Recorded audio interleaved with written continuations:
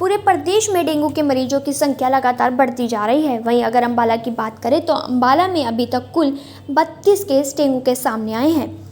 स्वास्थ्य विभाग पहले से ही डेंगू को लेकर अलर्ट मोड पर था।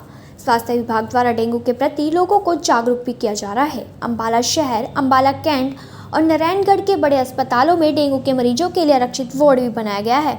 हमारी टीम ने अंबाला के डिप्टी सीएमओ संजीव सिंगला से खास बातचीत की, जिसमें उन्होंने बताया कि स्वास्थ्य विभाग द्वारा लोगों को जागरूक किया गया है और यही कारण है कि यहाँ के लोगों के जागरूक होने के कारण अंबाला में अब तक केवल 32 केस डेंगू के सामने आए हैं। उन्होंने कहा कि स्वास्थ्य विभाग का तो दायित्व है, लेकिन समाज का भी इसमें अहम रोल है। जब तक समाज हमारे साथ मिलकर काम नहीं करेगा तब तक हम किसी भी बीमारी पर लगाम नहीं लगा सकते। उन्होंने कहा कि जबकि हमारे जो पड़ोसी जिले हैं उनमें डेंगू के मरीज काफ़ी संख्या में हैं। उन्होंने बताया कि पिछले साल की बजाय अब की बार ऐसी भयावह स्थिति नहीं है जो पिछले साल देखने को मिली थी। उन्होंने कहा कि लोगों को जागरूक करने में मीडिया का भी बहुत से हो गए। वहीं उन्होंने बताया कि डेंगू का मच्छर सुबह और शाम को काटता है। उन्होंने बताया कि अगर हम थोड़ा एहतियात बरत लें तो डेंगू से बचा जा सकता है, जैसे अपने घर या आसपास पानी इकट्ठा ना होने दें और हफ्ते में एक ड्राई डे मना लें और घर से बाहर जाएं तो पूरी बाजू के कपड़े पहन कर जाएं। वहीं उन्होंने कहा कि जो भी खाली प्लॉट है अगर वहाँ पर पानी खड़ा है या तो उसको मिट्टी डालकर भर दें या फिर इसमें काला तेल डाल दें, जिसके एक लेयर बन जाती है और मच्छर का लार्वा पनप नहीं पाता। वहीं उन्होंने कहा कि अस्पताल में भी हमारे पास व्यवस्था पूरी है, इसके लिए बेड भी आरक्षित किए गए हैं।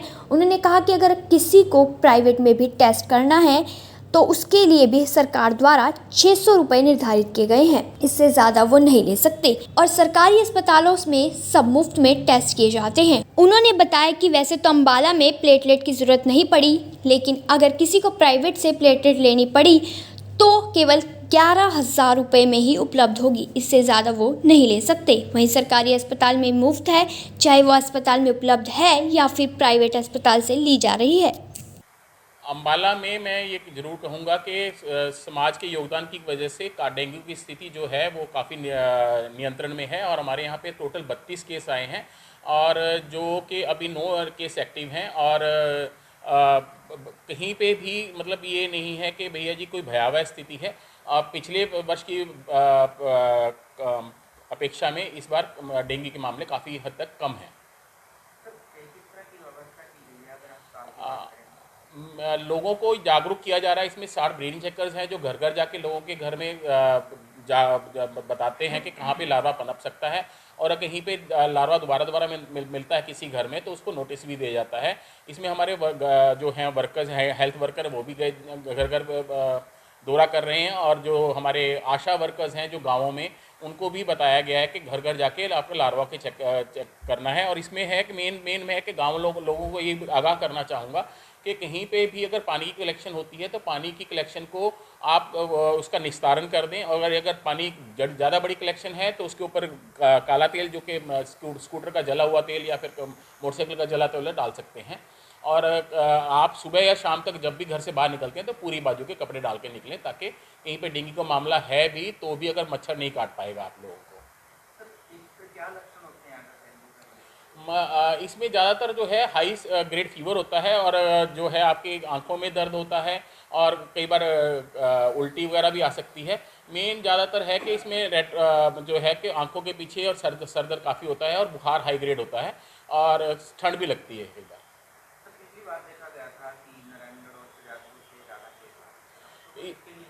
इस बार नारायण देखो हमारे वो काला अम्ब जो है एक एडजॉइनिंग एरिया है, हमारे एचपी के साथ लगता है। वहाँ के वर्क जो लोग रहते हैं वहाँ हैं और आसपास के फैक्ट्रीज में काम करने के लिए वहाँ जाते हैं, जिसके कारण से कई बार वहाँ अगर केसेस ज़्यादा होते हैं तो वो आ जाते हैं इस बार। लेकिन यह है कि वहाँ पर 10 ब्रीडिंग चक्कर लगाए गए हैं लोगों को अम्बाला नारायणगढ़ में, और वो हर घर जाके लोगों को इसमें अखबार में आगाह भी कर रहे हैं और लोगों को बता भी रहे हैं कि किस तरह से हम मच्छरों के ऊपर वो कर सकते हैं, रोकथाम कर सकते हैं।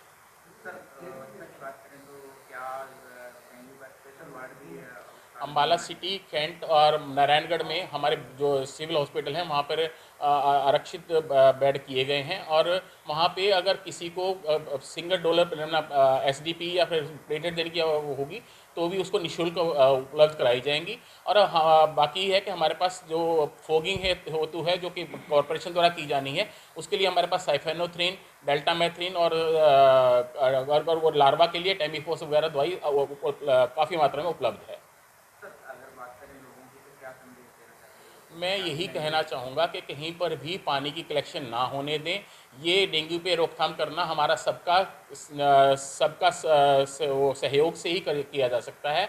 और मुझे आप सारे समाज की भी योगदान की अपेक्षा है। और कहीं पर भी अगर पानी की कलेक्शन है उसके ऊपर काला तेल छिड़काव कर दें या फिर पानी से उसको, और घरों में हर हफ्ते ड्राई डे जरूर मनाएं। और कूलर में से पानी का, अगर आजकल तो वैसे ठंड का माहौल हो गया है, लेकिन कूलरों को आप ड्राई करके रखें, कहीं पे पानी ना छोड़ें।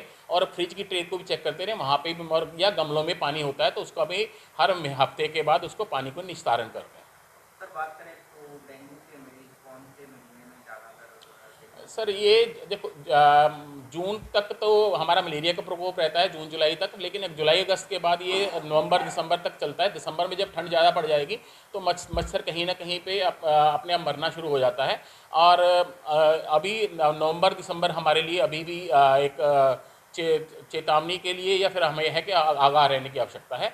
अगर हम थोड़ी बहुत और एहतियात बरते रहेंगे तो हम इस पर रोकथाम कर पाएंगे।